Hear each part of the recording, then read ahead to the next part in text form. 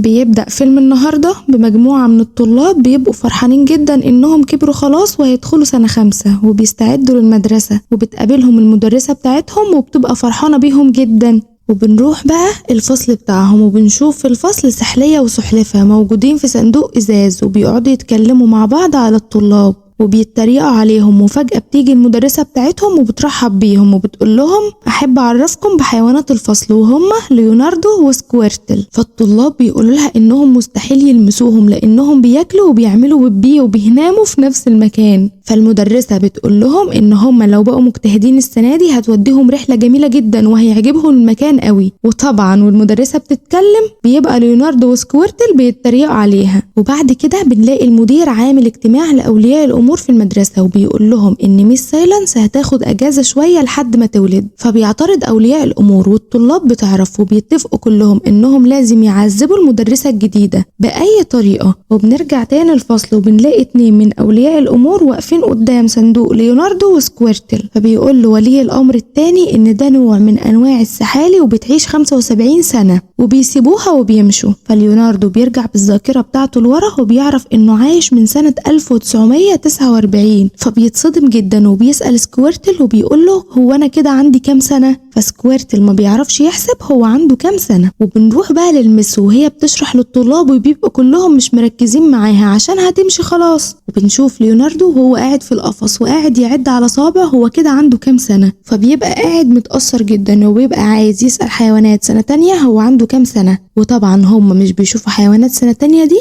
غير لما يبقى في حريقة. فبيتصرف ليوناردو وبينزل زرار الحريقة بلسانه وبيطلعوا كلهم بره في الجنينة بسرعة. وبيتقابل ليوناردو مع حيوانات سنة تانية. فبيسأل أرنب من حيوانات سنة تانية لو هو عايش من سنة 1949 واحنا دلوقتي في سنة 2023 يبقى كده هو عنده كام سنة؟ فبيقول له الأرنب إنه كده عنده 74 سنة. وبيجي المدرسين ياخدوا الحيوانات لأنه بيكون طلع إن مفيش حريق ولا حاجة. وبنشوف ليوناردو في الفصل وبيبقى زعلان جدا إنه هو فاضله سنة واحدة بس ويموت. وفجأة بتدخل ست عجوزة الفصل وبيبقى شكلها مخيف شوية وبتقول لهم ميس سايلنس إن دي هتبقى المدرسة بتاعتهم الجديدة وإنهم لازم يتعودوا عليها لأنها مش هترجع لهم غير بعد ما تولد وإنهم لازم يتأقلموا على التغيير. لكن الميس الجديدة بتبقى شريرة قوي معاهم وبتقول لهم إنهم لازم يركزوا إن التركيز ده واجب عليهم. وبترجع وبتقول لهم ان بكره اجازه ولازم طفل من اطفال الفصل ياخد معاه حيوان اليف في البيت. فبيقول لها الطلاب النظام ده اتلغى. فبتقول لهم ان لازم طلابها يكونوا قد المسؤوليه وهم هياخدوا حيوان من الحيوانات ولازم يرجعوه سليم بدون اي اصابات. فبيبقى ليوناردو فرحان جدا ان هو هيروح مع طالب من الطلاب البيت علشان بعدها يقدر يهرب ويعيش حياته اللي جايه بحريه. فبيحذره سكويرتل وبيقول له ان العيشه مع الحيوانات البريه مش كويسه خالص وان الحيوانات دي مش عايشه زيهم ولا حتى ليها اسامي زيهم. وفجأة بتتطوع سمر وبتقول ان هي هتاخد السحلية معاها وهي ماشية. فبيفرح جدا ليوناردو ان هو هيروح معاها وممكن يقدر يهرب لما يبقى معاها. وبيحذروا سكويرتل من اللي هو عايز يعمله. وبتاخد البنت معاها ليوناردو البيت وبتحطه في اوضتها لغاية ما تنزل تاكل مع اهلها. فهو بيستغل الفرصة وبيلاقي الشباك مفتوح وبيحاول ان هو يهرب لكن كان بيبقى بطيء جدا. والبنت بترجع اوضتها بعد ما سمعت فيلم مع اهلها واكلت وعملت كل اللي نفسها فيه. وبعد ده كله بترجع تلاقيه لسه ما وصلش حتى للشباك ومش بتبقى شايفاه وبتخاف جدا وبتفضل تدور عليه. لكن هو بيظهر فجأة وبيتكلم. فهي بتتصدم جدا وبتقول له انت بتتكلم وبتنادى على مامتها. فبيمنعها ليو وبينط عليها وبيفضل يتعارك معاها لغاية ما بتقع على السرير. وبيحاول ليو ان هو يفهمها انه ما ينفعش ان هي تقول لحد وما ينفعش حد يعرف ان هو بيتكلم. وبيقول لها ان الناس لو عرفت ان هو بيتكلم هياخدوه يعملوا عليه ابحاث. فبيحاول ليو يقنعها ان هي الوحيدة اللي تقدر تسمعه.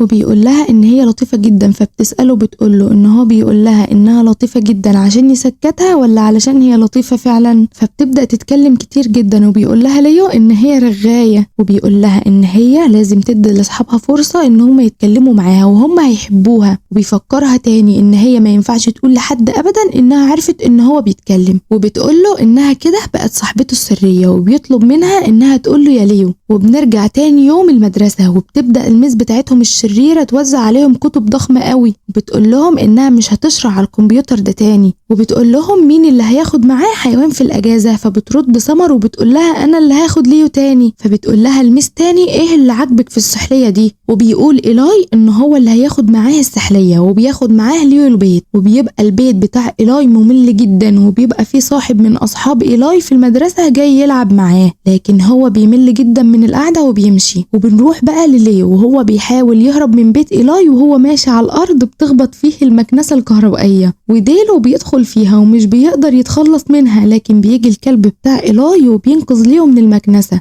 وبيشكره ليو، وبيكتشف ليو إن ديله اتقطع في المكنسة، لكن مش بيخاف لأنه بيبقى عارف إن ديله هيطلع تاني. وبيجي إيلاي وبيسمع ليو وهو بيتكلم وبيبقى مصدوم جدا من اللي هو شايفه، وبيطلع ليو مع إيلاي عشان ينام، وبيقول له ليو إن هو الوحيد اللي يقدر يسمعه وهو بيتكلم، وبيطلب منه إنه ممنوع يقول لحد، وبيعترف له إيلاي إنه نفسه يعيش بحرية أكتر من كده، لكن الدرون منعه ومبوظ كل صداقاته. فبيطلب منه ليو إن هو يكتب رسالة للدرون ويقول له إن نفسه يعيش بسلام وحرية ولازم يشرح له الوضع. وتاني يوم الصبح بيشوف الدرون الرسالة وبيبقى زعلان جدا لدرجة إنه بيرمي نفسه في صندوق الزبالة. فبيقول ليو لإيلاي إن هو عاوز بس يصعب عليه فسيبه لوحده شوية وهو هيهدى. فبيقول إيلاي لليو إن هو محدش هيحبه قد ما الدرون ده حبه. فليو بيقول له إنه لازم يتعامل مع الناس عشان يعرف مين اللي بيحبه ومين اللي مش بيحبه. وبيطلعوا الجنينة وبياكل ليو دودة وبيحولها لفراشة، وبيضحك إيلاي عليه وبيلعبوا مع بعض وبيبقوا مبسوطين جدا. وبنرجع تاني يوم للمدرسة وبيرجع إيلاي ليو في الصندوق بتاعه، وبيتريق عليه سكويرتل وبيقول له ديلك راح فين؟ هو انت بتهرب على مراحل ولا ايه؟ وبنروح للمدير وهو قاعد معاه حد من اولياء الامور، وبيبقى مخنوق جدا من المدرسة الجديدة ومن طريقة تعاملها مع الاطفال. وبيقول له الاب ان هو وفر كل حاجة كويسة في المدرسة حتى مفاتيح النور دي عشان بنته تتعلم كويس، ولو هو مصمم ان هو يخلي المدرسة دي في المدرسة لازم يدور بقى على ميزة جديدة يقدمها له. وبنرجع الفصل تاني مع المس وبيبقى فيه امتحان، وبعد ما الامتحان بيخلص بتقول المس ان كله يسيب القلم ما عدا جايدة، وبتقول لهم ان المفروض دلوقتي حد ياخد حيوان معاه البيت. بتقول جايدة انها هتاخده هي المرة دي. وبنروح عند جايدة البيت وبيجي اخوها بيقول لها ايه رأيك في القط الاخضر بتاعي؟ بتقول ان هو عادي جدا. وباباها بيقول لها ايه رأيك في الهدية اللي جبتها لك؟ وبيطلع الهدية دي الدقيقتين الزيادة اللي اخدتهم في الامتحان. وبيبقى عيد ميلاد جايدة بكرة ومفيش حد مهتم ليها ابدا، فبتاخد ليو وبتطلع اوضتها وبتفضل تتكلم مع نفسها وبتبقى زهقانة قوي. وفجأة ليو بيتكلم معاها وبتبقى مصدومة قوي، وكالعادة عارفين هيقول لها ايه، وبيقول لها ان هي الوحيدة اللي تقدر تسمعه لانها مميزة. فبتطلب منه ان هو يعزف على البيانو بلسانه في حفلة عيد ميلادها او مثلا يعمل اي شو قدام اصحابها. فبيقول لها ليو ان هو موجود عشان يديها نصايح هي بس. فبتقول له جايدة ان هي مش محتاجة نصايح لانها جميلة وامراية. فرد عليها ليو وقال لها لا انت تعيسة من جوه، وبيقول لها انها مش مثالية ولا حاجة زي ما هي فاكرة. فبيقول لها ليو ان كل اصحابها اللي حواليها مش بيحبوها عشان مغرورة، ولازم تبص جواكي عشان تشوفي جمال اكتر من اللي انت شايفاه. فبتفرح جايدة وبتقول له ان خلاص الحمل اللي هي شايلاه راح. بنشوف والد جايدة ومامتها بيعملوا بروفا مع الساعات. بنروح بقى لعيد ميلاد جايدة وبتكون عازمة كل اصحابها وبيشكروها جدا انها عزمتهم، وبتقول لهم انها مبسوطة انهم حضروا الحفلة. وبنشوف حيوانات كتير قوي من حيوانات السيرك محبوسة في قفص في العيد ميلاد. وبنشوف حصان صغير وبيقول لليو انت بتبصلي ليه يا اخينا؟ وبيعرف ليو ان الحصان زهقان جدا ان هو محبوس في القفص ده. فبيقول له ليو ان هو حاسس بيه لان العمر بيعدي بيه وهو حاسس ان هو ما عملش حاجه. فبيغمز ليو لجايدة ان هي تحرر الحيوانات. فبيروحوا يقولوا للاطفال كلهم وبيطلعوا كلهم يفتحوا القفص بتاع الحيوانات، والحيوانات كلها بتطلع تجري ويحصل فوضى كبيره في البيت. وبيبقى ليو مبسوط وبيحاول ان هو يهرب هو كمان، لكن بيلاقي الاطفال بتدور عليه فبيرجع لهم تاني وبيبقوا فرحانين قوي وبيتصوروا مع بعض. وبيرجعوا الاطفال تاني المدرسه وبيرجع ليو للقفص تاني وبيقول له سكوارتل رجعت تاني ليه؟ فبيقول له ليو لما ابقى اهرب انت هتعرف. وبنشوف ليو ان هو كل يوم كان بيروح مع طفل من الاطفال وبيرجع مبسوط قوي هو والاطفال. وبنشوف الطلاب وقت الانصراف بتاعهم وبيبقى كل واحد فيهم جايب لليو حاجة هو بيحبها. فبيعرف سكويرتل ان ليو بيتكلم مع الطلاب وبيقول له احنا ما بنتكلمش معاهم ما ينفعش. فبيقول ليو ان هو بينقل لهم خبراته بتاعت ال 74 سنة، وبيقعد ليو يحكي له عن مغامراته مع كل طالب فيهم، وبيقول له قد ايه ان هو اثر في حياة دي جي وبقى عنده ثقة في نفسه. وبيحكي له برضه عن كله وبيقول له ان مشكلته اتحلت وانه وقف يغني قدام المدرسة كلها. وبيحكي له عن ميا وان والدته والدتها ووالدتها منفصلين وان والدها بيجي ياخدها وبيطلعوا البحر، لكن ميا بتكون مش مبسوطة وبتقول له ميا ان البغبغانات بس هي اللي بتتكلم اما السحالي لا، فبيقول لها انه بيتكلم معاها بس عشان هي شاطرة ومميزة، وبتقول له ان هو بيفكرها بجدها لان هو الوحيد اللي كان بيسمعها وكان اعز اصحابها.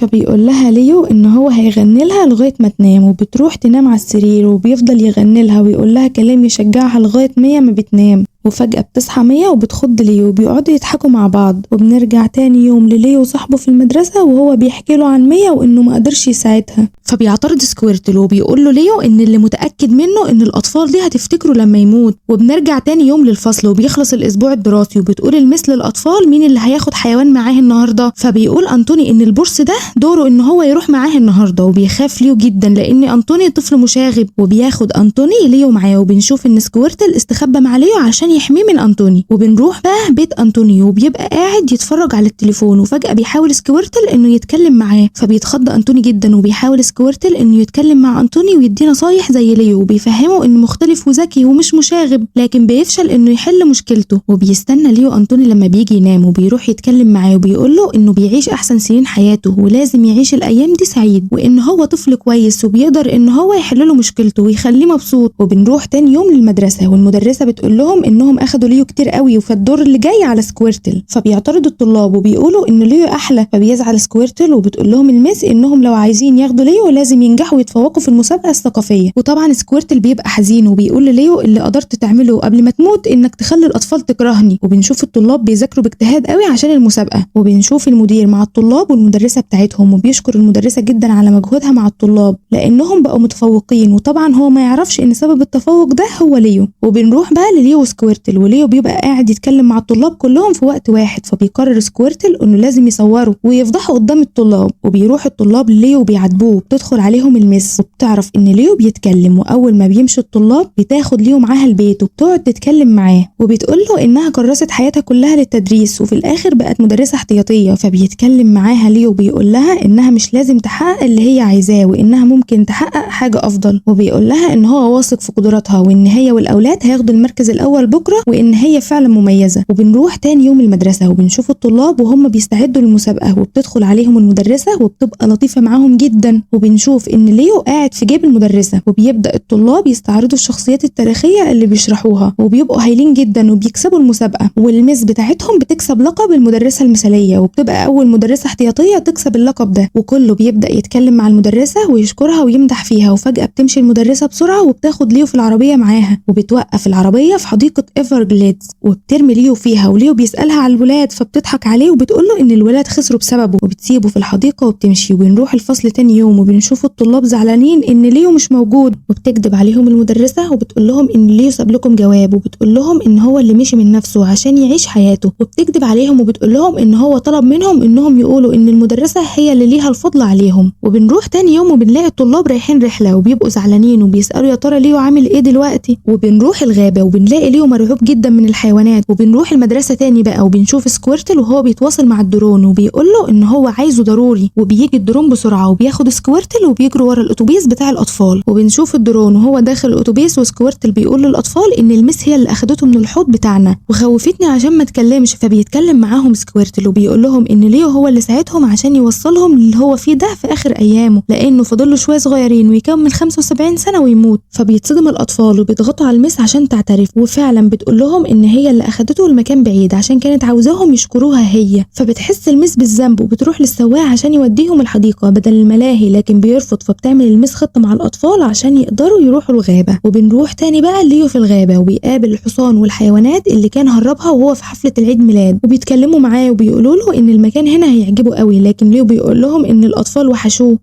وبنروح للاطفال وبينزلوا السواق من الباص يشتري لهم، وبيطلعوا الباص بسرعه هم والمدرسه، وبيبقى طفل فيهم بيعرف يسوق فبيسوق الطفل ده وبيجروا بسرعه عشان ينقذوا ليو. وبنروح احنا تاني بقى للغابه وبنلاقي ليو بيحكي للحيوانات اللي حصل له، وبتقول له سحليه من نفس نوعه انهم بيعيشوا اكتر من 110 سنه، فبيفرح ليو جدا. لكن فجاه بيطلع عليهم تماسيح والحيوانات بتسيب ليو وبتجري، والتماسيح هتبقى خلاص هتاكل ليو، لكن بتشوف الاطفال والمدرسه وبتخاف وبتطلع تجري. وفجاه بيشوفوا حاجه ميته شبه ليو فبيزعلوا قوي وبيقعدوا يتكلموا معاه، لكن فجاه بيقع ليو عليهم من فوق الشجره وبيبقى لسه عايش، وبيفرح الاولاد معجب بيه جدا، وبيسألهم ليو ان هم ليه ما راحوش يتفسحوا، قالوا له انهم كانوا لازم يدوروا عليه ويشوفوه قبل ما يموت. فبيعرفهم ليو ان هو كان غلطان وان هو هيعيش 110 سنة. فبيفرح الاولاد اكتر وبيحضنوه وبيتأسف منه سكويرتل على كل اللي عمله. وبنروح الفصل بقى مع سكويرتل وليو والطلاب، والمدرسة كانت بتشرح لهم رواية مؤثرة قوي. وبنروح بقى للاطفال وهم بيحتفلوا بالتخرج بتاعهم من الابتدائي، وبيبقوا زعلانين انهم هيروحوا اعدادي من غير ليو، وبينصحهم ليو نصايح كتير عشان يعرفوا يتأقلموا. والمدير بيشكر ميس مالكن على مجهوداتها وبيقول لها ان من السنة الجاية هتبقى مدرسة اساسية وليها الفصل بتاعها. وبتطلب منه ميس مالكن ان ليو وسكويرتل يبقوا معاها في نفس الفصل، وبيوافق المدير وبيبقى الفصل الجديد بتاع ميس مالكن هو الفصل بتاع اطفال الحضانة. وبكده يكون خلص فيلمنا بتاع النهارده. بيبدأ فيلمنا بتاع النهارده بمدينة الظلام اللي بتكون مكونة من الصخور والحمم البركانية، وبنشوف مجموعة من الجنود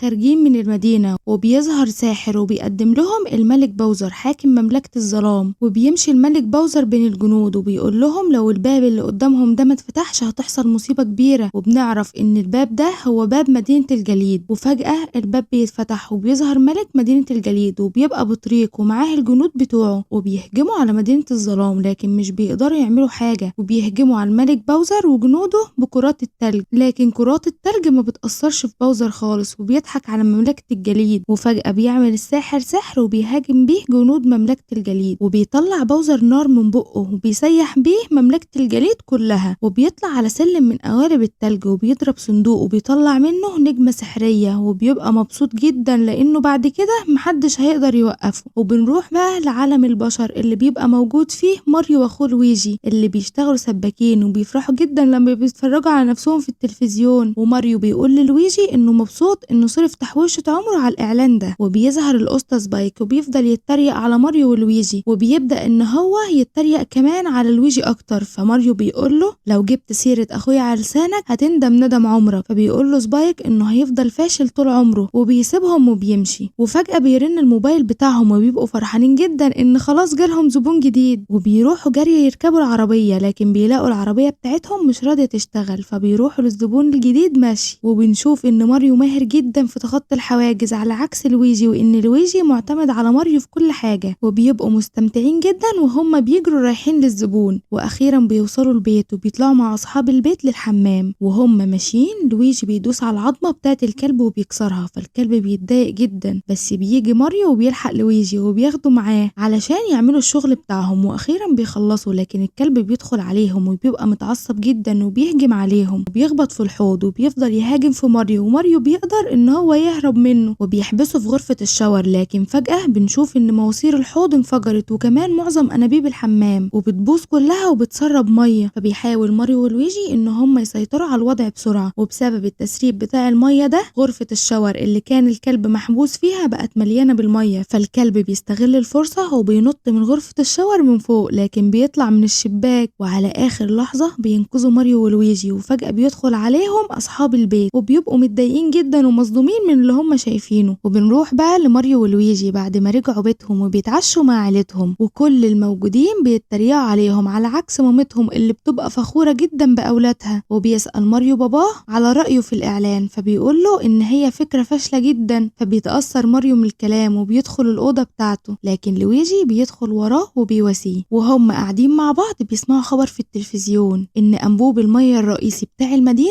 انفجر. فبيتحمس ماريو جدا وبيقول للويجي ان دي فرصتهم عشان يثبتوا لكل الناس موهبتهم. وبنشوفهم في مكان انفجار انبوب المية وبينزلوا المكان الصرف عشان يعرفوا سبب الانفجار. وفعلا ماريو بيعرف السبب وبيحاول يقفل صمام الضغط، لكن الماسورة اللي ماسكين فيها بتنكسر بيهم والجدار بينكسر. وبيلاقوا نفسهم في مكان غريب اول مرة يشوفوه، وبينزلوا على السلالم اللي في المكان ده وبيحاولوا يكتشفوا المكان. وبيلاقوا ان المكان ده فيه مواسير كتير جدا. وفجأة بيقف لويجي قدام ماسورة شكلها غريب، وبيجي ماريو عشان يكلم لويجي مش بيلاقيه. فبيروح ماريو بسرعة عند الماسورة عشان يدور على لويجي، لكن بيلاقي نفسه اتسحب هو كمان. وبيشوف اخوه لويجي قدامه وبيحاول يمسكه لكنهم بيفترقوا عن بعض. ولويجي بيدخل مكان شكله مخيف جدا، لكن ماريو بقى بيدخل في مكان تاني وبيلاقي نفسه في مكان كله نبات مشروم وشكله جميل جدا. وهو واقف منبهر بشكل المشروم بيظهر له مخلوق جميل اسمه تود، وبيقول لماريو انه هنا في مملكة المشروم. وطبعا ماريو بيبقى مستغرب جدا من شكل تود وشكل المكان، وبيشرح له هو وصل هنا ازاي، وبيحكي له عن لويجي وعن المكان اللي دخله، وبيسأله يقدر يوصل له ازاي. فتود بيقول له ان الموضوع صعب جدا، وان لويجي اخوه كده دخل مملكة الظلام، وان مفيش حد يقدر يساعده غير اميرة مملكة الفطر. وبياخده تود عشان يوديه للاميرة، وبنروح بقى لارض الظلام وبنشوف لويجي مرعوب جدا من الحمم البركانية والخفافيش، وبيبقى ماشي يدور على ماريو، لكن فجأة بيطلع له وحش وبيجري منه لويجي بسرعة، لكن لويجي بيخبط في جذع شجرة وبيقع على الوحش اللي بيتدمر، لكن بيقدر الوحش ده يجمع نفسه تاني. وفجأة بيطلع على لويجي مجموعة من الوحوش من تحت الأرض وبتجري ورا لويجي، وبيبقى مرعوب قوي منهم. وبنشوف لويجي وهو بيجري على قلعة موجودة وسط الحمم البركانية، وبيفضل يضرب في الوحوش اللي بتطارده، وأخيرا بيقدر يهرب منهم ويدخل للقلعة وبيقفل الباب عليه. لكن بنشوف إن في وحوش تانية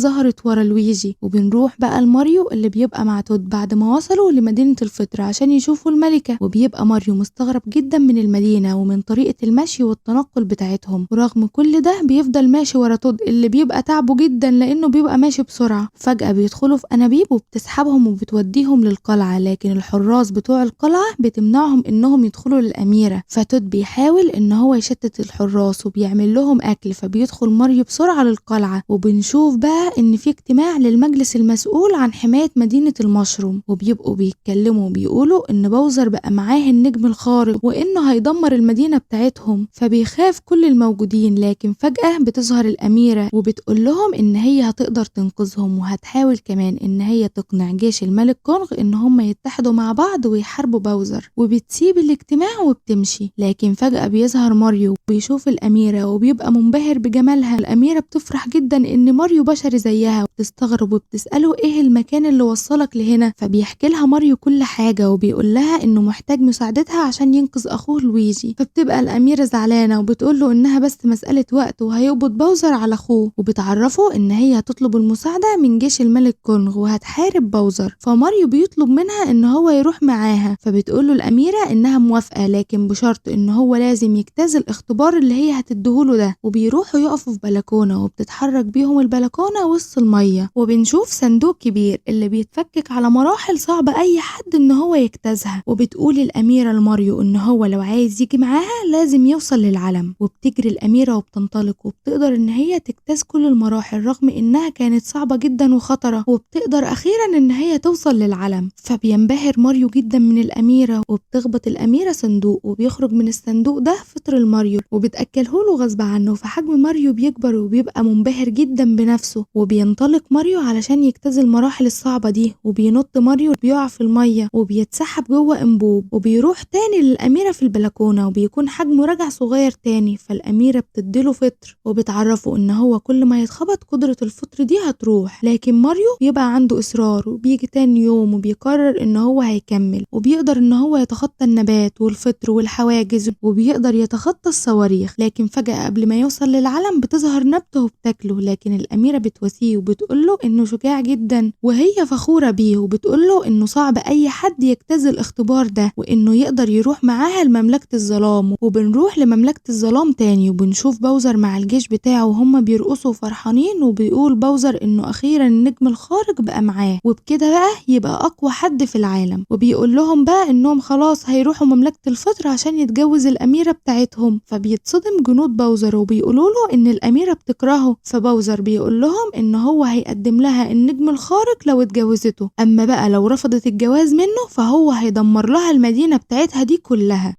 بنشوف لويجي والجنود الأشرار واخدينه وبيركبوه منطاد وبيروحوا لباوزر، وبيبقى لويجي حزين جدا وبيفكر في ماريو. وبنروح بقى لماريو والأميرة تاني يوم الصبح عشان يروحوا الكونغ ويطلبوا مساعدة جيشه، وبتودع الأميرة كل الموجودين وبتمشي هي وماريو. لكن فجأة تود بيجري وراها وبيقول لهم إن هو هينضم ليهم في الرحلة دي علشان يساعدهم. وبنشوفهم وهم ماشيين في الطريق وبيعدوا على صحراء وأهرامات طايرة وغابات وبيتسلقوا الصخور، وبالليل بيجي عليهم وبنشوفهم بيخيموا في مكان مليان زهور شكلها جميل قوي، وبتحط الأميرة ايديها على ظهرها وبتستخدم قوتها وبتغير فستانها وبتقدر ان هي تتحكم في النار وتولع لهم الخشب عشان يتدفوا. فماريو بيقوم وبيسألها وبيقول لها هي جت هنا ازاي، فبتبدأ تحكي له الأميرة ان وهي صغيرة خرجت من أنبوب وفجأة لقت نفسها في المكان ده وأخدها كائنات المشروم وربوها لغاية ما بقت الأميرة. وبنروح بقى نشوف باوزر وهو بيعزف على بيانو وبيغني وبيبقى فرحان، وفجأة بيظهر له الساحر وبيقول له ان في بشري موجود مع الأميرة وبيساعدها. فبيتعصب باوزر على الساحر وبيقفل البيانو على صوابعه وبيمشي. وفي اللحظة دي بيوصل الوحوش ومعاهم لويجي وبيبقى خايف جدا من باوزر، فبيستخدم الساحر قوته وبيقرب لويجي من باوزر. فباوزر بيخوف لويجي وبيهدده وبيسأله هو يعرف الشخص اللي مع الأميرة ده ولا لأ، فبيقول له لويجي ان هو اكيد اخوه ماريو. فبيتعصب باوزر وبيأمر حراسه ان هم يحبسوا لويجي، وبيحبسوا لويجي في قفص متعلق بسلسلة وسط الحمم البركانية، وكمان بيبقى حواليه البطاريق الصغيرين وكمان الملك بتاعهم، وبيتكلم معاهم نجم لطيف بيبقى محبوس معاهم وبيحمسهم وبيعرفهم ان الطريقة الوحيدة للخروج من هنا هي انهم يموتوا. فبيتصدم كل الموجودين وبيحزن لويجي جدا عشان كان نفسه يشوف اخوه ماريو. وبنروح تاني بقى لماريو والأميرة وبنشوفهم ان هم وصلوا لمكان الملك كونغ وبيفتح لهم الباب قرد ابيض. فبتقول له الأميرة ان هي عايزة تقابل الملك كونغ، فبياخدها القرد في العربية بتاعته وبيجري بيهم بسرعة جدا وبيبقى ماهر جدا في السواقة وبيوصل لآخر الطريق. وبعدين العربية اللي هم راكبينها بتفتح مظلة وبتطير لحد القصر، وبيدخلهم القرد عند الملك كونغ وبتطلب منه الأميرة ان هو يتحد معاها ضد مملكة الظلام عشان يهزموا الملك باوزر. فبيرفض الملك كونغ وبيطلب منهم ان هم يمشوا. فبيتحداه ماريو وبيقول له ان هو مش هيمشي من هنا غير لما يجي هو وجيشه معاه علشان يحاربوا الملك باوزر. فبنلاقي ان الملك بيتريق قوي على ماريو وبيقول له ان هو لو عاوز ان الجيش بتاعه يساعده لازم يهزم ابنه في القتال. فطبعا عشان ماريو يقدر ينقذ اخوه لويجي بيوافق على طلب الملك وبيدخل الحلبة، والحلبة دي بتبقى متعلقة في الهواء وبيبقى فيها قرود كتير جدا وبيفضلوا يتريقوا على ماريو. وبيدخل من الباب التاني بقى ابن الملك اللي بيبقى ضخم جدا وقوي وبيبقى مستهزأ بماريو، وبيتكلم الملك وبيقول لماريو ان هو يقدر يستخدم الصناديق الموجودة في الحلبة عشان القتال يبقى حماسي اكتر ويبقوا هم مستمتعين وهم بيتفرجوا. وبنشوف بقى ان المعركة بدأت وبيبدأ ماريو ان هو يهجم على ابن الملك، لكن ابن الملك بيبقى قوي طبعا عن ماريو وبيضربه ابن الملك كونغ برجله، وبيبقى ماريو هيقع لكن بيمسك نفسه وبيجري على ابن الملك كونغ وبيتزحلق من بين رجليه وبيوصل للصندوق وبياخد قوته، لكن بتبقى قوة الصندوق ده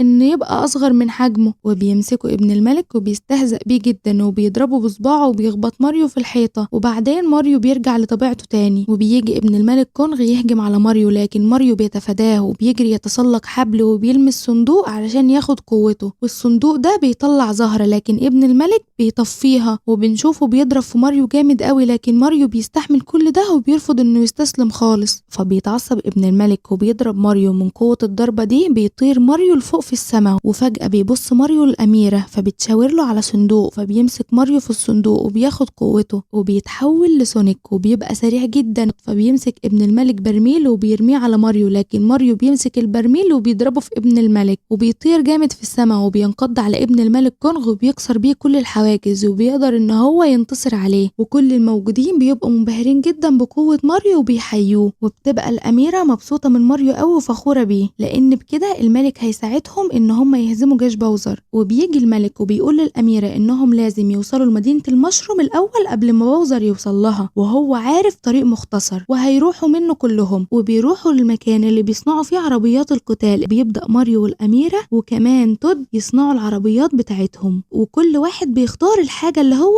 نفسه تبقى في عربيته. وبتصنع الأميرة دراجة نارية شكلها جميل، أما ماريو بيصنع عربية صغيرة وبيقف جنبهم تود بعربيته العملاقة، وبينطلقوا كلهم ومعاهم كونغ والجيش بتاعه. وفي الوقت ده بنشوف جندي من جنود باوزر الشرير جاي يقوله ان ماريو والأميرة ومعاهم جيش كونغ متجهين لمدينة المشروم. فبيتضايق باوزر جدا وبيعمل خطة وبيقول ان هو هيهاجمهم وهم في الطريق. وبنشوف بقى ماريو وجيش كونغ وهم في الطريق وبينطوا من طريق لطريق تاني، والطريق التاني ده هو الطريق المختصر، وبيبقوا عاوزين يوصلوا لمدينة المشروم قبل ما باوزر يوصل لها ويدمرها. لكن فجأة بيهاجمهم جنود باوزر بالعربيات الحربية بتاعتهم وبيحاولوا يطلعوهم، لكن بيستخدموا بيستخدم جيش القرود الأسلحة بتاعتهم وبيدافعوا عن نفسهم وبيرموا عليهم قشر موز وبيوقعوهم من على الطريق. بس في واحد بتبقى عربيته قوية وبيجري ورا ماريو وبيبقى بيسوق بمهارة وبيهرب من العربية قبل ما التروس تقتله وبيجري بسرعة وبيبعد عن العربية. فالسلحفة بتتعصب وبيهاجموا بالصواريخ اللي بتنفجر في العربية وبيوقع ماريو على طريق تاني، لكن ماريو بيضرب واحد من السلاحف وبياخد العربية بتاعته وبالغلط بتخرج قذيفة وبتهد الجبل والجبل ده بيدمر الطريق. بنروح بقى لماريو اللي بيحاول يهرب من السلحفة اللي بتطرده بالعربية العملاقة، بس هو ما بيقدرش يعمل كده والسلحفة بتدمر له عربيته. بس ماريو ما بيستسلمش وبيطير في الهواء وبيضرب السلحفة وبينط بسرعة في عربية ابن الملك كونغ وبيطلق قذيفة وبيدمر عربية السلحفة. فبيتعصب السلحفة وبيجري ورا ماريو وابن كونغ وبيدمر عربيتهم والطريق بيتدمر بسببه، وبسبب ان الطريق اتدمر ما بيقدرش جيش القرود ان هو يعدوا للناحية التانية، وبيقدر جنود باوزر ان هم ياخدوهم ويقبضوا عليهم وبيطيروا بيهم يودوهم لباوزر. وبتزعل الأميرة جدا علشان ماريو كده مات وبتجري بسرعة هي وتود عشان يرجعوا لمدينة المشروم، لكن في الحقيقة ماريو وابن كونغ بيبقوا لسه عايشين وبيلوم كل واحد فيهم التاني لأنه السبب، وبيقعوا في المية وبسبب الوقعة دي بيفقد كونغ الوعي وبيغطس ماريو وراه وبينقذه. فبيشكروا كونغ ان هو انقذ حياته، ولكن وهم بيتكلموا بيظهر وحش وبياكلهم. وبنشوف الأميرة وهي داخلة مملكة المشروم بسرعة وبتحذر السكان ان هم لازم يهربوا عشان باوزر قرب يجي عندهم، وبيهرب كل السكان لكن تود بيرفض ان هو يسيب الأميرة ويمشي. وفجأة بيوصل باوزر والجيش بتاعه للمملكة وبيحاصر جيش باوزر تود والأميرة، وبيطلب باوزر من الأميرة ان هي تتجوزه وبيقدم لها النجمة الخارقة، لكن طبعا احنا عارفين ان الأميرة هترفض. فبيتعصب باوزر قوي وبيطلب من الساحر بتاعه ان هو يعذب تود، فبتتحايل عليه الأميرة ان هو يسيب تود وبتقبل الجواز منه، وبيدخلوا كلهم القلعة علشان يبدأوا مراسم الزواج. وبنروح للمكان اللي محبوس فيه لويجي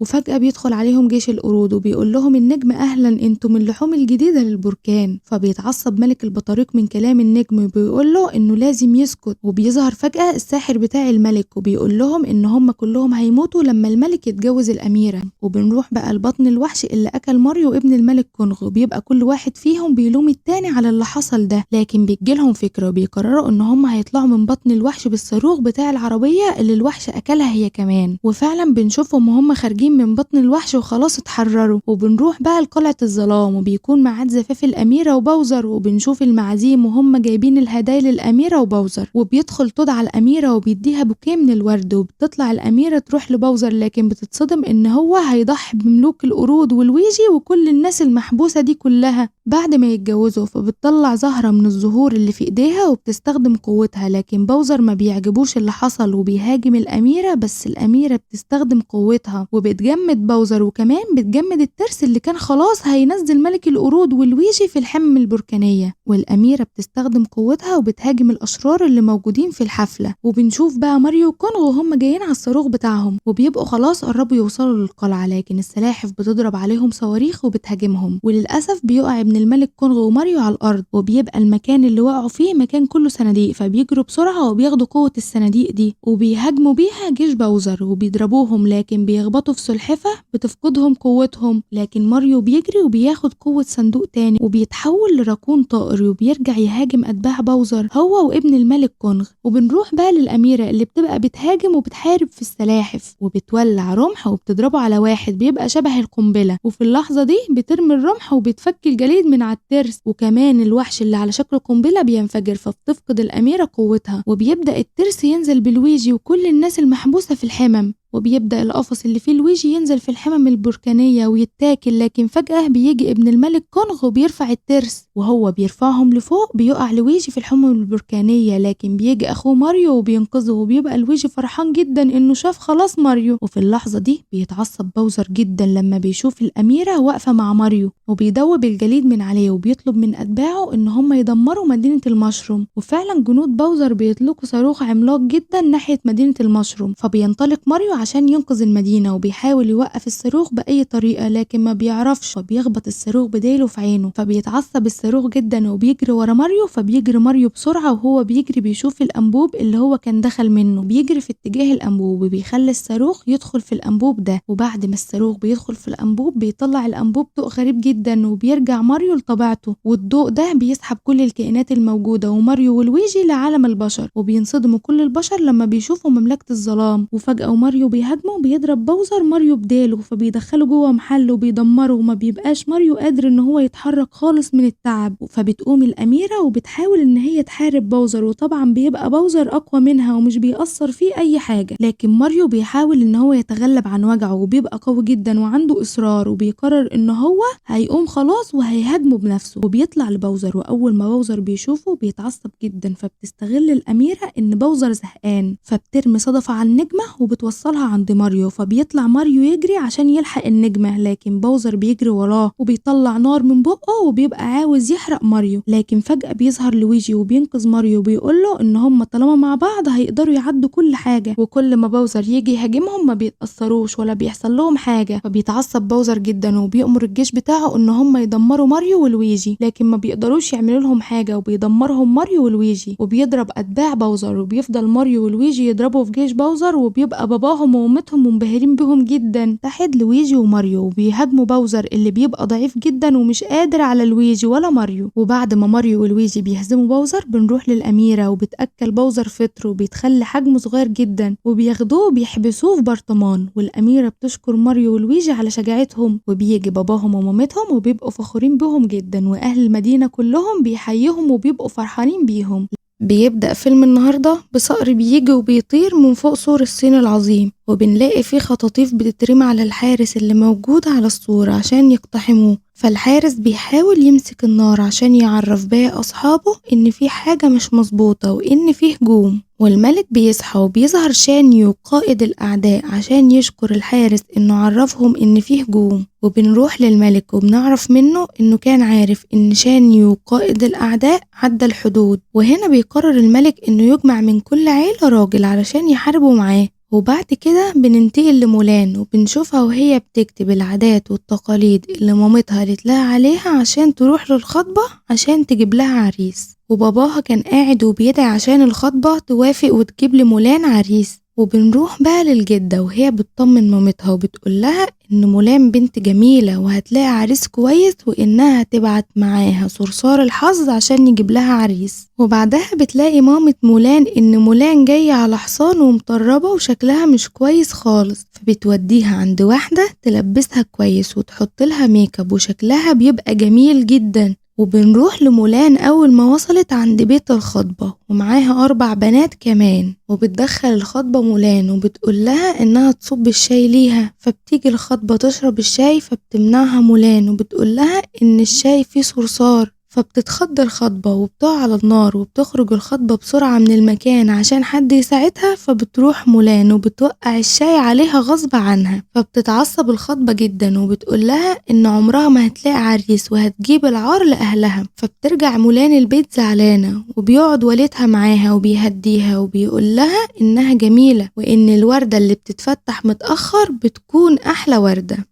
وفي الوقت ده بنشوف والد مولان انه جاله قرار انه ينضم للجيش لانه مخلفش اولاد رجالة، فبيستلم الاب القرار وبيبقى زعلان وخايف. ومولان بتشوف والدها بالليل وهو بيتدرب بالسيف، وبيكون السيف تقيل عليه وبيقع منه وبيوجعله ظهره لانه كان عنده اصابة. فبتقرر مولان انها هتروح هي الجيش مكان باباها، وبتخلي باباها نايم وبتتسحب وبتسرق منه طلب الانضمام للجيش، وبتقص شعرها وبتتنكر على هيئة راجل وبتروح على مكان التجنيد. وبتصحى الجدة في الوقت ده وبتزعق وبتقول ان مولان هربت وراحت مكان باباها. فباباها بيجري عشان يلحقها لكن ما بيقدرش يستحمل وبيقع على الارض، وبيقول لمامتها انهم هيقتلوها لو عرفوا انها بنت. وبتفضل الجدة تدعي للأجداد عشان يحموا مولان. وبتصحى روح الجد الكبير وبيصحي الجد الكبير التنين موشو وباقي الأجداد، وبيقرروا إنهم هيصحوا التنين الكبير عشان ينقذ مولان. وبيبعت الجد الكبير موشو عشان يصحي التنين الكبير، لكن موشو وهو بيصحيه بيكسره غصب عنه وبيضطر يتنكر على شكل التنين الكبير. وبيروح هو المولان وبيقول موشو للصرصار إنه لازم يروح ينقذ مولان، وبكده هيعرفهم قيمته الحقيقية. وفي الوقت ده بنلاقي شانيو دمر قرية من قرى الصين، وإنه كان في طريقه عشان يدمر أكتر من كده، بس لقى 2 من جيش السلطان بيقولوله إن الملك وبيتحداه، فهو بيقول لهم انه قبل التحدي وبيخلي الاتنين يمشوا، وبعد كده بيضربهم بيموتهم. وبنروح بقى لمولان وهي بتحاول ان هي تتدرب بالسيف، لكن السيف بيبقى اتقل منها وبيقع منها على الارض، وبيضحك عليها حصانها. وبيظهر موشو المولان وبيحاول يعمل لنفسه هيئة كبيرة بظل كبير، وبيحاول ان هو يقول لها انه جاي يحميها ويرجعها بيتها، لكن مولان بتكشفه وبتشوف حجمه قد ايه صغير. وبعد كده بيتكلم موشو مع مولان، ومولان بتضطر ان هي تاخده وتخليه معاها في الجيش عشان هو اللي هيحميها وهيساعدها. وبعد كده بتوصل مولان المعسكر وبتشوف الجيش، وموشو بيقول لها في الوقت ده انها لو ضربت الراجل ده هيبان ان هي جامدة ومحدش هيقرب منها. وفعلا بتسمع كلامه وبتبدأ تضرب واحد منهم، وبيتخانق الفريق كله مع بعض.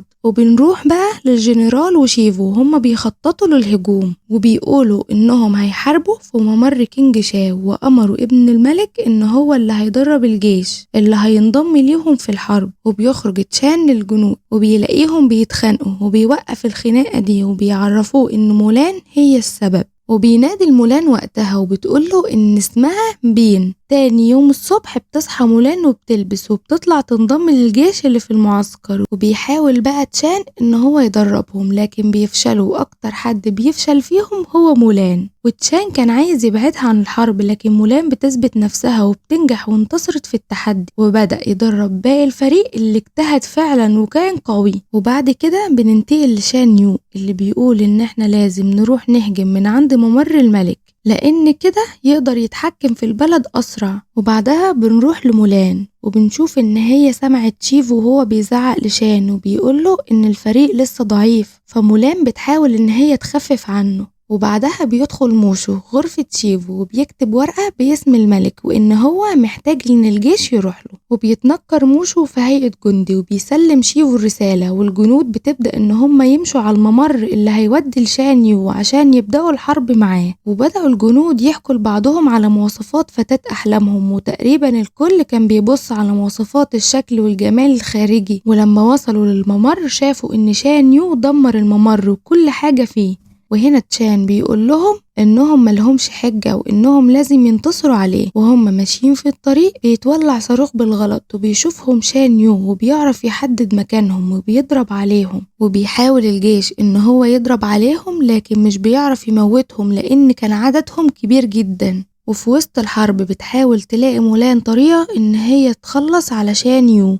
وفي الوقت اللي هي كانت بتفكر فيه بتلاقي صاروخ واحد بس، وبتبدأ ان هي تاخده وتطلقه على جبل التلج. وبيضرب شاويو مولان وبيقع الجبل فعلا بتلجه على الجيش بتاع شاويو، وبتنقذ مولان تشان والجندية وباقي الجنود كمان. فالقائد بيشكر مولان على انها انقذته، بيقول لها انه بيثق فيها. وبنشوف مولان وهي مجروحة فبتقع على الأرض، فبيروحوا لدكتور المعسكر، والدكتور هنا بيكتشف إن هي بنت. وهنا شيفو بيحاول إن هو يطلعها قدام الجنود ويقول لهم إن هي بنت، وعشان هي كسرت القوانين لازم عقوبتها إن هي تموت. فالجنود بتمنع شيفو إن هو يعمل حاجة في مولان، وهنا بيتراجع القائد إن هو يموتها لأن هي أنقذت حياته. وبتقعد مولان مع موشو وبتعترف له إنها جات الحرب مكان والدها عشان تثبت إن هي قوية. فموشو بيبدأ يقول اللي عنده من أسرار، وإنه ما كانش مفروض إن هو يجي، وإن المفروض اللي كان يجي هو التنين الكبير، بس كسره بالغلط وهو بيصحيه فجي مكانه بالغلط. وبعد كده مولان بتقوله إنها لازم ترجع البيت مع موشو والصرصار. وبعد كده بنعرف إن شان يو ما ماتش وهو وجنوده عرف يطلعوا من تحت التلج. ومولان بتسمع شان يو هو وجنوده وهم بيقولوا إن هم هيروحوا يحاربوا تاني، وبتجري مولان عشان تروح تقول للقائد، بس القائد مش بيسمعها ولا بيصدقها لأن هي كدبت عليه قبل كده. وبعدين بنشوف الملك بيكرم تشاو عشان هو انتصر على الجيش بتاع شان يو وبيسلمه السيف بتاعه، لكن وهو بيسلمه السيف في صقر بيجي وبيخطف منهم السيف، وبيكون شان يو عامل هجوم عليهم عشان يموتوا الملك. وبعد كده بنشوف مولان مع أصحابها اللي كانوا معاها وبتقول لهم إن هي عندها فكرة كويسة عشان يهزموا بيها الجنود دي. وفعلا الجنود بتساعدها وبيروحوا يتنكروا ويلبسوا كأنهم ستات جميلة عشان يعرفوا بس يدخلوا القصر. فبيشوفهم القائد وبيقول لها إن هو واثق فيها، وفعلا بينضم ليهم وبيطلع معاهم عشان يروحوا يدخلوا القصر. وبعدها بنروح للملك وشان يو وهو بيقوله إن هو لازم يستسلم. وبعدها مولان وأصحابها بيروحوا القصر عشان يضربوا جنود شان يو. وبعدها بنشوف تشان وهو بينقذ الملك وبيحارب شان يو وبيخلي الملك يهرب، ومولان بتطلق عليه حاجة فهو بيتعصب عليها وبيجري عليها وبيولع موشه صاروخ كبير وبيضربوا عليه وبيحصل انفجار وبيموت شان يو. وبعدها الملك بيعاتب مولان إن هي ازاي تحارب وهي بنت، بس شيفو طبعا بيكون فرحان. لكن بعد كده بيطلب من شيفو إن هو يدخلها المجلس وبيشكرها إن هي أنقذته، والملك بيديها وسام عشان هي شرفت العيلة بتاعتها، وكمان بيديها السيف بتاعه.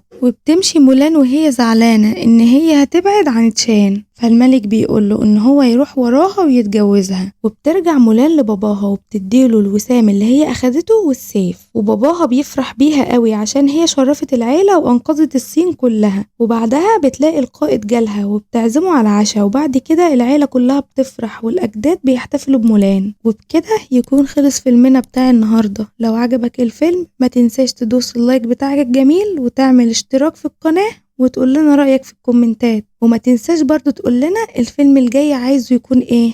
سلام.